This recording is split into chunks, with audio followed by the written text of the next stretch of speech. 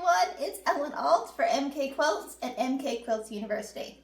Now today I am quilting at home, but I have a quick tip for you. Now a lot of our edge-to-edge designs, we have designs that they have to fit up into that previous row and fit perfectly. Melissa and I have a method for doing this, and Paco has a method for doing this, so I'm going to link those below on how we advance and make sure they fit in perfectly. However, when we do those tips, either method that you use is there is always a line on the right side and a line on the left side to mark from. And based on how this quilt finished and cropped, I do not have a line. So I'm going to show you closer what it's here and give you a tip on how to get that line to make sure as you advance, everything stays in place. I finished my edge-to-edge quilting, and here is the design that I have completed, and we'll do follow so you can kind of see where I am. Now from this, I'm going to turn off bounds, and you can see where my end happens to be. There is no line mark here. I've got a big open space. So as I advance, this ending point, this end point in that little line that I would use for marking the width of the quilt as I advance, more than likely it's going to be up in the bar. So what I mean by that, I'm going to swivel down, is look at this empty space here. This is where the advancement is going to come in. This is where that next row is going to be. But I have no mark, right? There is no mark here for me to mark an area as I advance. More than likely, this information, this line that I would be able to use is going to be behind the bar or make it really difficult to see. So instead, I'm going to give myself a line before I advance. So I'm going to go up to my end point where I did actually finish, and swivel up for a second.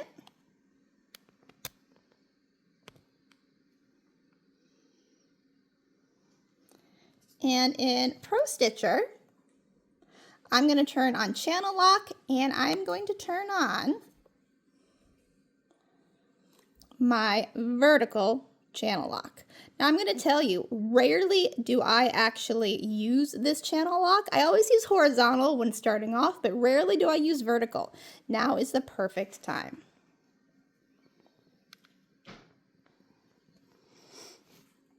So I'm going to pull up my bobbin like I have, channel lock on.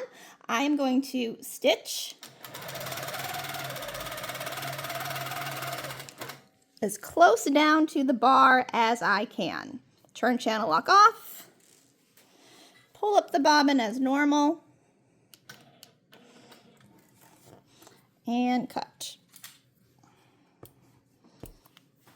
Now, as I advance, you see I now have a perfectly long line to work from, so when I need to measure anything for my area for the next placement, that line is right there.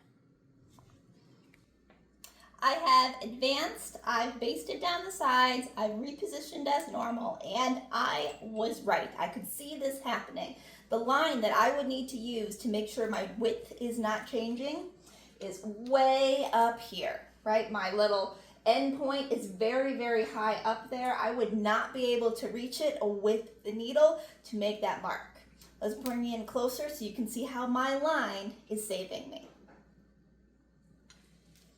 Again, fully advanced, this is my end point where it ended. This was that little bit of line that I would have been able to use from the original design to mark the width. And my needle can't get to either of them. I can't get back to that position. However, since I made that channel lock vertical line, I have all of this information to work with, so I can get my needle, my laser light right on that line, go to area, and get my first point. So hopefully this little tip of actually using that vertical channel lock, giving yourself some actual stitching lines to keep everything in line, will help you as you advance.